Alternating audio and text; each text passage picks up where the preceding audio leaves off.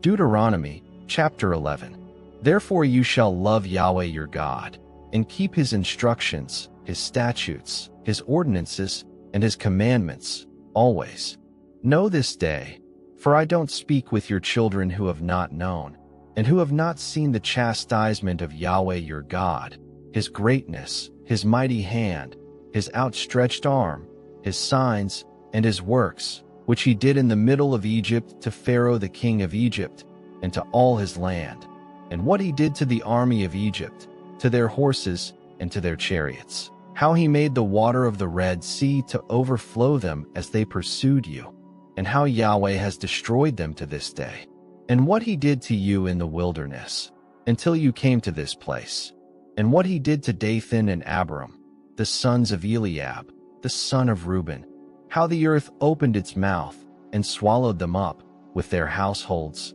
their tents, and every living thing that followed them, in the middle of all Israel. But your eyes have seen all of Yahweh's great work which he did. Therefore you shall keep all the commandment which I command you today, that you may be strong, and go in and possess the land, where you go over to possess it, and that you may prolong your days in the land, which Yahweh swore to your fathers to give to them and to their offspring, a land flowing with milk and honey. For the land, where you go in to possess, isn't like the land of Egypt, that you came out of, where you sowed your seed and watered it with your foot, as a garden of herbs. But the land, where you go over to possess it, is a land of hills and valleys which drinks water from the rain of the sky, a land which Yahweh your God cares for. Yahweh your God's eyes are always on it, from the beginning of the year even to the end of the year. It shall happen, if you shall listen diligently to my commandments which I command you today, to love Yahweh your God, and to serve him with all your heart and with all your soul, that I will give the rain of your land in its season, the former rain and the latter rain, that you may gather in your grain, your new wine, and your oil. I will give grass in your fields for your livestock, and you shall eat and be full. Be careful, lest your heart be deceived, and you turn away and serve other gods and worship them, and Yahweh's anger be kindled against you, and he shut up the sky, so that there is no rain, and the land doesn't yield its fruit, and you perish quickly from off the good land which Yahweh gives you.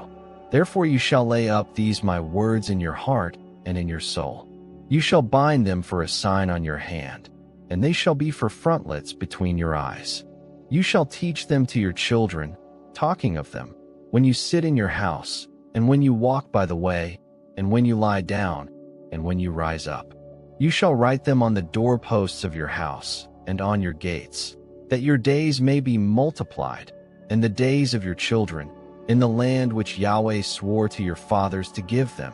as the days of the heavens above the earth. For if you shall diligently keep all these commandments which I command you, to do them, to love Yahweh your God, to walk in all his ways, and to cling to him,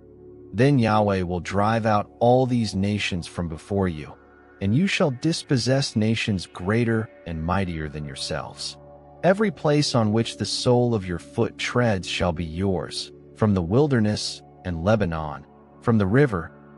Euphrates, even to the western sea shall be your border. No man will be able to stand before you. Yahweh your God will lay the fear of you and the dread of you on all the land that you tread on, as he has spoken to you. Behold, I set before you today a blessing and a curse. The blessing, if you listen to the commandments of Yahweh your God, which I command you today, and the curse, if you do not listen to the commandments of Yahweh your God, but turn away out of the way which I command you today, to go after other gods, which you have not known. It shall happen, when Yahweh your